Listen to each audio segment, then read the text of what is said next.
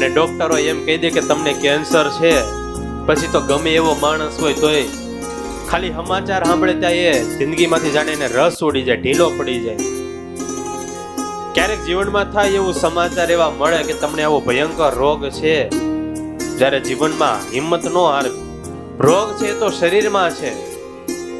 પરીક્ષિત મહારાજ પાસે 7 દિવસ હતા તો એને કરવાનું તે બધું કરી લીધું. ત્યારે આપણી પાસે તો 1 મહિનો, 2 મહિનો, 2 વર્ષ, 4 વર્ષ હોય. માટે ચિંતા કરવી એની કરતા પણ આનંદમાં રહેવું, મોજમાં રહેવું. અને આનંદ છે એ એક દ્રષ્ટિએ જનરલ કહેવાય અને મોજ છે એ પર્સનલ કહેવાય. અને મોજથી પણ એક શબ્દ આગળ છે, મજો. ત્યારે ગમે એ થાય પણ હું મોજમાં રહેવું. પણ કઈ કામ ધંધો મળતો નથી, એમાં હું મોજમાં રહેવું? તો 100, 200, 500 ના રોજમાં રહેવું, પણ મોજમાં રહેવું.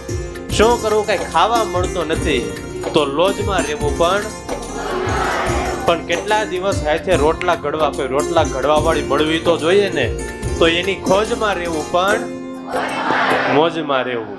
મોજમાં રહેવું, મોજમાં રહેવું, મોજમાં રહેવું રે, મોજમાં રહેવું, મોજમાં રહેવું, મોજમાં રહેવું રે. પ્રભુ મળ્યા કે મારે, પ્રભુ મળ્યા કે મારે, મોજમાં રહેવું રે, મોજમાં રહેવું.